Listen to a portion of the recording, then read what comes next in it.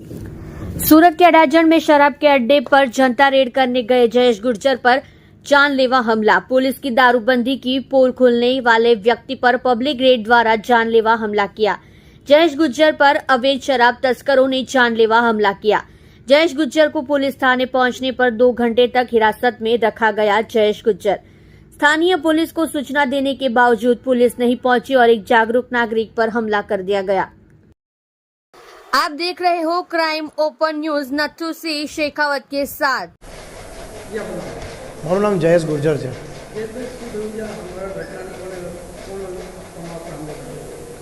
છેલ્લા 1.5 વર્ષથી હું અડાજણ પોલીસ સ્ટેશનમાં રજૂઆત કરું છું કે અડાજણ પોલીસ સ્ટેશનની હદમાં ટીજીબીની ગલીમાં સૌરવ પોલીસ ચોકીની બાજુમાં અનિલ રાઠોડ અને પિન્ટુ કાળિયા નામના વ્યક્તિનો દેશી દારૂનો અડ્ડો ખુલ્લા આવાસ બિલ્ડિંગના નીચે ચાલે છે।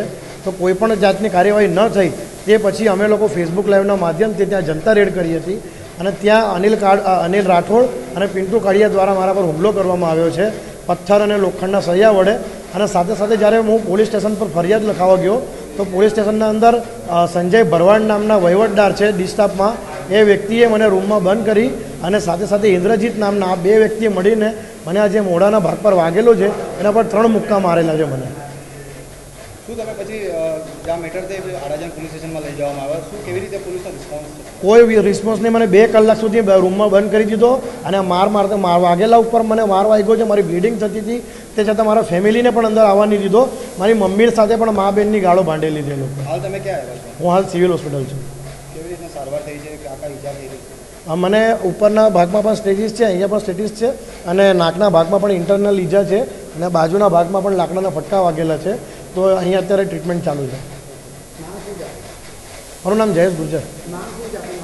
મારી માંગ એક જ છે કે અડાજણ પોલીસ સ્ટેશનના ગોજિયાને 1.5 વર્ષથી સીપીને પણ રજૂઆત કરેલી છે જાહેરમાં। જનતા રેડ આ બીજી જનતા રેડ છે મારી, તે છતાં પણ ગોજિયા જેવા જે પણ અધિકારીઓ છે એને સસ્પેન્ડ કરવામાં આવે અને આવા બુટલેગરો જે જનતાને ત્રાસ આપે છે, એમને બેન દીકરીઓને છેડતી કરે છે, એવા લોકોને સારા કડકમાં કડક એ લોકોને સજા આપવામાં આવે।